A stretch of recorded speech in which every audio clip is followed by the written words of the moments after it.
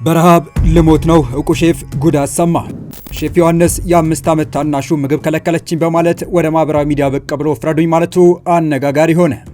የኢትዮጵያ መከላከያ ወደ ጋዛ፣ ትራምፕ ኢትዮጵያን ለታላቅ ግዳጅ አጩ። በጋዛ የሰላም ማስከበር ተልዕኮ ኢትዮጵያ ጦሯን እንድታዋጣ ተጠየቀች። የጀነራሉ የአዲስ አበባ ውይይት ውጤት አስገኘ። የትግራይ ክልል ጊዜያዊ አስተዳደር ፕሬዝዳንት ታደሰ ወረደ ተጥሎ የነበረው እግድ እንዲነሳ አደረጉ። የጎረቤት ሀገራት ሰላም በሚያጡበት ሰዓት ከፊት ተገኝቶ ሰላም እንዲሆኑ እንዲረጋጉ በማድረግ የረጅም ጊዜ ልምድ ያለው የኢትዮጵያ መከላከያ ሰራዊት ያለውን ልምድ በመጠቀም የጋዛን ሰላም እንዲያስጠብቅ ትልቅ ጥሪ ከአሜሪካ ደርሶታል። ይህም በብዙዎች ዘንድ እጅግ ያነጋገረና የኢትዮጵያ መከላከያ ሰራዊት አቅም ያንጸባረቀ ሆኖ ተወስዷል። በአሁኑ የመረጃ ሰዓታችን የዚህንና ወደ አዲስ አበባ ያቀኑት የትግራይ ክልል ጊዜያዊ አስተዳደር ጀነራል ታደሰ ወረደ አዲስ አበባ የመጡበት ጉዳይ እየተሳካላቸው ስለመሆን የተሰማውን እንዲሁም ማህበራዊ ሚዲያውን ስለተቆጣጠረው የእውቁ ሼፍ ዮሐንስ አነጋጋሪና አስገራሚ የቪዲዮ መልእክት አክለን በዝርዝር ልናስደምጣችሁ ይዘን ቀርበናል። ሰላም ውድ የሉ ዴይሊ ቤተሰቦች እንደምን አላችሁ? ቻናሉን ሰብስክራይብ፣ ላይክ፣ ሼር ያደረጋችሁ እስከ መረጃዎቻችን ፍጻሜ አብራችሁን ቆዩ። በቅድሚያም ቀዳሚ ወዳደረግነው አጭር መረጃ እንሻገር። ታዋቂውና በብዙዎች ዘንድ ተወዳጅ ኢንተርናሽናል ሼፍ የሆነው ሼፍ ዮሐንስ በማህበራዊ ሚዲያው ላይ ያሰራጨው አጭር ቪዲዮ በብዙዎች ዘንድ እጅግ መነጋገሪያ እየሆነ ይገኛል። ይህ ቪዲዮ ስሰራ ከልቤ እያዘንኩ ነው፣ ለእኛ ቤተሰብ እንደዚህ አይነት ነገር አይገባም በማለት በቪዲዮ ያሰራጨውን ንግግር የጀመረው ሼፍ ዮሐንስ ጉዳዩን እንኳን በሚዲያ ለቤተሰብ ማውራት ቢከብድም ነገር ግን በህይወቴ ላይ የመጣ ስለሆነ ምርጫ የለኝም ሲል ንግግሩን ቀጥሏል። የ5 ዓመት ታናሽ የሆነችውና የቢዝነስ ፓርትነሬ በቤተሰብ ሬስቶራንት ውስጥ አብራኝ የምትሰራ የገዛቴ ሰራተኛ ሳብራ ምግብ ከለከለችኝ በማለት ገልጿል። የእናት ሞት ህመሙ ከባድ ነው፣ ለዚያም ጊዜ ያስፈልግሻል ብዬ ብዙ ብታገስሽ ብለሽ እኛኑ ማጥቃት ጀመርሽ በማለት ብሶቱን የቀጠለው ሼፍ እንኳንስ ለቤተሰብ ለባዳም ምግብ መከልከል ኢትዮጵያዊ ባህላችን ወጋችን አይፈቅድም ሲል አብራርቷል። ሲቀጥልም ጉዳዩ እንዴት ህግ ፊት እንደሚቀርብ ግራ ስለገባኝ በቤተሰብ በአባት ፊት ላወራሽ ስልም እምቢ ስላልሽኝ አሁን ነገሩን ህግ ፊት እስካቀርበው በ24 ሰዓት ውስጥ መሰረታዊ የሚባሉ ነገሮችን ለምሳሌ ምግብ የመጠቀም መብቴ የማይነካበት ሲስተም ካልዘረጋሽ ወደ ትልልቅ ሚዲያ ቀርቤ ገበና ላወራ ስለሆነ ለአንቺም ለቤተሰባችንም ብለሽ ተጠንቀቂ በማለት ያጋራው የቪዲዮ መልእክት ነው በየማህበራዊ ሚዲያው በብዙ ሲያነጋገር የተስተዋለው። የአሜሪካ የውጭ ጉዳይ ሚኒስቴር ኢትዮጵያ ወታደሮችን እንድታዋጣ መጠየቃቸው ተዘገበ። ዘ ታይምስ ኦፍ እስራኤል ዲፕሎማሲያዊ ምንጮችን ዋቢ አድርጎ ዛሬ ባወጣው ዘገባ የአሜሪካ የውጭ ጉዳይ ሚኒስቴር ማርኮ ሩቢዮ ኢትዮጵያ ለጋዛ ዓለም አቀፍ የጸጥታ ኃይል ወታደሮችን እንድታዋጣ ጠይቋል ብሏል። ሁለት ስለ ጉዳዩ የሚያውቁ ምዕራባውያን ዲፕሎማቶች እንዳነጋገሩት የጠቀሰው ዘገባው ሩቢዮ ይህንን ጥያቄ ለጠቅላይ ሚኒስትር አብይ አህመድ ባለፈው ሳምንት ማቅረባቸውም አስረድቷል። ዘገባው እንዳለው ፕሬዚዳንት ትራምፕ ባወጡት ባለ 20 ነጥብ የሰላም እቅድ በጦርነት ላይ ባለፈችው ጋዛ የሚከናወነው መልሶ ግንባታና የኢኮኖሚ ማገገም የሽግግር ጊዜ ዓለም አቀፍ የጸጥታ ኃይል እንዲሰማራ የሚል ይገኝበታል። በዚህ እቅዳቸው ላይ የጸጥታ ኃይሉን ለማሟላት ፕሬዚዳንቱ ችግር እንደገጠማቸውም ጠቅሰዋል። ይህ በእንዲህ እንዳለ በጋዛ ዓለም አቀፍ የጸጥታ ኃይል እንዲሰማራ የሚለው እቅድ በተመድ የጸጥታ ምክር ቤት መጽደቁ ይታወሳል። ይህ ኃይል ከዚህ ቀደም እንደነበሩት ዓለም አቀፍ የሰላም አስከባሪ ኃይሎች ሳይሆን የተለያዩ የጸጥታ ኃይሎች ባንድዝ በመተዳደር ዘመቻውን እንዲያከናውኑ የሚያደርግ ነው። አጠቃላይ ዘመቻውን የሚመራ ደግሞ የሰላም ቦርድ በሚል በሚመሰረት ቦርድ ሲሆን የቦርዱ ሊቀመንበር ፕሬዚዳንት ትራምፕ እንደሚሆኑ በእቅዱ ላይ ሰፍሮ ይገኛል። እቅዱ አሁንም በማነጋገር ላይ የሚገኝ ከመሆኑም በላይ በዚህ ኃይል ውስጥ ለመሰማራት ፍላጎት ያሳዩ አገራትም አነስተኛ መሆናቸው ዘገባዎች ያስረዳሉ። ፕሬዚዳንት ዶናልድ ትራምፕ ራሳቸውን አልፈው ራሳቸው በበላይ ጠባቂነት በሚመሩት አንድ ወሳኝ ጉዳይ 70 ሀገራት እንዲሳተፉ እያግባቡ ነው። ከነዚህ ውስጥ አንዷ ኢትዮጵያ እንድትሆን ጥሪው ደርሷታል። ይህን የትራምፕ እቅድ ከሀሳብ ወደ ተጨባጭ ሁኔታ በማውረድ ረገድ የማስተባበርና የማግባባት ኃላፊነት እንዲወጡ ተልዕኮ የተሰጣቸው ባለስልጣን የውጭ ጉዳይ ሚኒስትሩ ማርኮ ሩቢዮ ሆነዋል። በዚህ ሩቢዮ የትራምፕ መልእክት ይዘው ጠቅላይ ሚኒስትር አብይ አህመድ በስልክ እያነጋገሩ መሆኑን ዘገባዎች እያመላከቱ ነው። በዚህም ኢትዮጵያ በጋዛ ዓለም አቀፍ የሰላም ማስከበር ተልዕኮ ጦር እንድታዋጣ የትራምፕ አስተዳደር የጠየቀ መሆኑን በትላንትናው ዕለት የወጡ ዘገባዎች አመላክተዋል። የአውሮፓ ውስጥ ታዋቂ ዲፕሎማቶችን ዋቢ በማድረግ መረጃውን ለመጀመሪያ ጊዜ ያሰራጨው ታይምስ ኦፍ እስራኤል ሲሆን ከዚያ በኋላ የቻይናው ሲቲኤን እና ሌሎችም የተለያዩ ዓለም አቀፍ መገናኛ ብዙሃን መረጃውን እየተቀባበሉ አሰራጭተውታል።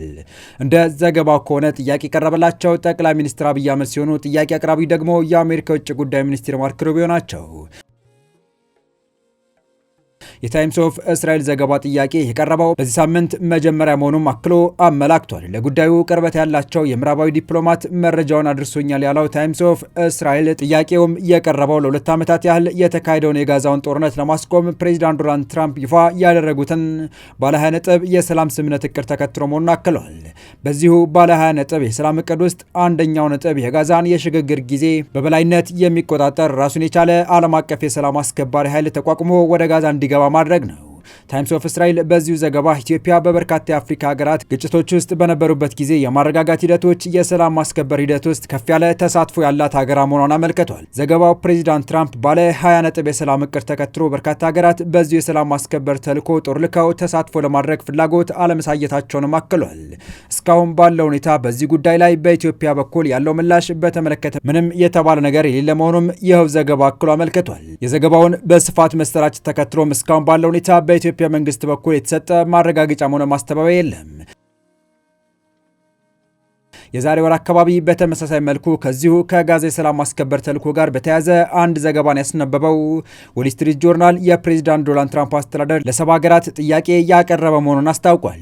ጥያቄው ለሁለት የሚከፈል ነውም ተብሏል። አንዳንዶች ሀገራት የተጠየቁት ለዚህ የጋዛ ሰላም ማስከበር ተልዕኮ የሚውል ገንዘብና ሎጂስቲክ እንዲያዋጡ ሲሆን፣ ሌሎች ሀገራት የቀረበላቸው ጥያቄ ደግሞ ጦር እንዲያዋጡ ነው። ዎል ስትሪት ጉዳዩን የያዘው የአሜሪካ ስቴት ዲፓርትመንት የሀገሪቱ የውጭ ጉዳይ ሚኒስቴር ቢሮ መሆኑን አመልክቶ የውጭ ጉዳይ ሚኒስቴር ማርኮ ሩቢዮ የማስተባበሩና የክትትል ስራውን እየሰሩ መሆኑን አክሏል።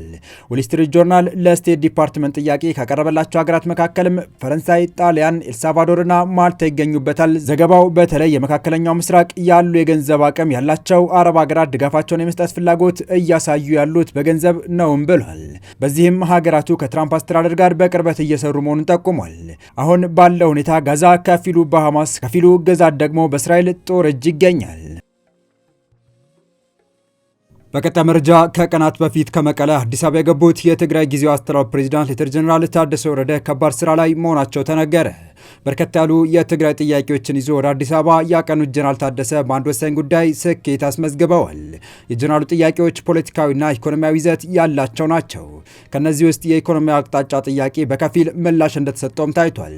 ይኸውም ጉዳይ በትግራይ መልሶ ማቋቋም ኢንዶመንት ፈንድ ወይም ኢፈርት ስር በሚንቀሳቀሱ 22 ኩባንያዎች የባንክ ሂሳብ ላይ ተጥሎ የነበረው እግድ እንዲነሳ መደረጉ ነው። በኩባንያዎች ሂሳብ ላይ የፌዴራሉ መንግስት እገዳን አድርጓል በሚል ቅሬታዎችና ጥያቄዎች ሲቀርቡ የከረሙ ሲሆን ዋዜማ በዛሬው ዕለት ባሰራጨው ዘገባ ለችግሩ መፈታት በክልሉ መንግስትና በፌዴራል መንግስት መካከል የተደረጉ ንግግሮች አስተዋጽኦ አድርገው ሊሆን እንደሚችል የኢፈርት ኃላፊዎች ግምታቸውን አስቀምጧል ሲል አስታውቋል። ጀነራል ታደሰ ወረደ በዚሁ በአዲስ አበባ ቆይታቸው ከኢትዮጵያ ንግድ ባንክ ከፍተኛ የስራ ኃላፊዎች ጋርም ተወያይተዋል። የትግራይ ባለሀብቶች ከባንኩ ቅድመ ጦርነት ወቅት የተበደሩት ገንዘብ ድርጅቶቻቸው በጦርነት ምክንያት ስለወደሙ የብድር መክፈያ ጊዜ እንዲራዘምላቸው ወይም እንዲሰረዝላቸው ሲጠይቁ ቆይተዋል። በዚህ ዙሪያም የተለያዩ ውይይቶች ሲደረጉ የነበረ ሲሆን የትግራይን ኢኮኖሚ ለማነቃቃትና የተንሰራፋውን የስራ አጥነት ለመቅረፍ የኢትዮጵያ ንግድ ባንክ ለኢንቨስትመንትና ለኮንስትራክሽን ዘርፍ የተጠናከረ የገንዘብ ድጋፍ እንዲያደርግ ጀነራል ታደሰ ወረደ መጠይቃቸውን በባንኩ በኩል የወጣው መረጃ አመላክቷል። ሆኖም ብድር ያለባቸው የትግራይ ባለሀብቶች ጥያቄ በተመለከተ ግን የተባለ ነገር የለም። ከዚህ ውጭም የኢፈርትን የባንክ ገንዘብ እገዳን መለቀቅ በተመለከተ ዋዜማ ባሰራጨው መረጃው እግዱ መነሳቱን የኢፈርት አንድ ኃላፊ መረጃው የደረሰው መሆኑን አመልክቷል። የመረጃው ምንጭ የሆኑት ከፍተኛ ኃላፊ በተቋሙ ኩባንያዎች የባንክ ሂሳብ ላይ የተጣለውን እግድ በሚመለከት አሰራርን በተከተለ መልኩ ለኢፈርት የደረሰው ደብዳቤ እንደሌለና እግዱ መነሳቱ ሂሳባቸው በታገደባቸው ኩባንያዎች አማካኝነት ለማወቅ መቻላቸውን እንደተናገሩም ዘገባው አክሏል። ጥቂት የኩባንያው ኃላፊዎች ወደ ባንኮች በመሄድ ባጣሩበት ወቅት በሂሳቦቻቸው ላይ ተጥሎ የቆየው እገዳ መነሳቱን መስማታቸውን፣ ነገር ግን እገዳውም ሆነ በምን ምክንያት እንደታገደ እንዳልተገለጸላቸው እንዳስረዱም ዘገባው አመላክቷል። ይፋ ባልሆነ መንገድ ግን ከሽብር ጋር የተያዘ ጥርጣሬ ስላለ መጣራት አለበት በሚል እገዳው መጣሉ መስማታቸውን ገልጸዋል። የፍትህ ሚኒስቴር መሰል ጥርጣሬ ሲኖር በህጉ መሰረት ከ3 ቀናት በላይ ማገድ አይችልም ያሉት ኃላፊዎቹ አሁን እገዳው ሙሉ በሙሉ ተነስቷልም ብለዋል። ዋዜማ በዘገባው የፍትህ ሚኒስቴር የጠቅላይ አቃቢ ህግ የግድ እንደዚሁም የህግ ይነሳ ደብዳቤንም የተመለከተ መሆኑን አስመልክቶ በዚህ ዙሪያ ከሚመለከታቸው አካላት ለማጣራት ያደረጋቸው ሙከራዎች ያልተሳኩለት መሆኑን አመልክቷል። ጀነራል ታደሰ ወረደ ከዚህ ውጪም በፖለቲካው አቅጣጫዎች በተለይም ደግሞ ከፕሪቶሪያው ስምምነት ጋር በተያያዘ ከፌዴራል መንግስት ከፍተኛ አመራሮች ጋር ርዕስ ስለመወያየታቸው የወጣ መረጃ የለም። የተወደዳችሁ የቻናላችን ቤተሰቦች ለአሁኑ ለእናንተ ይመጥናሉ ብታደምጧቸው ታተርፉባቸዋላችሁ ብለን የመረጥንላችሁ ዕለታዊ መረጃዎቻችን እስካሁን ያደምጣችኋቸው ነበሩ። በተመሳሳይ ሀገራዊና ቀጠና ጉዳዮች እንዲሁም ዓለም አቀፋዊ የጂኦፖለቲካ ወታደራዊና አነጋጋሪ ክስተቶችን ለበለት ተከታትለን በትኩስ ይዘን እንደምንቀርብ እያሳወቀን የቻናሉ ቤተሰብ ካልናችሁ ሰብስክራይብ፣ ቪዲዮን ላይክ እና ሼር በማድረግ ተደራሽነታችን ታስረፉ ዘንድ አክብሮታዊ ግብዣችን ነው። አበቃን። ሰናይ ጊዜን ተመኘን።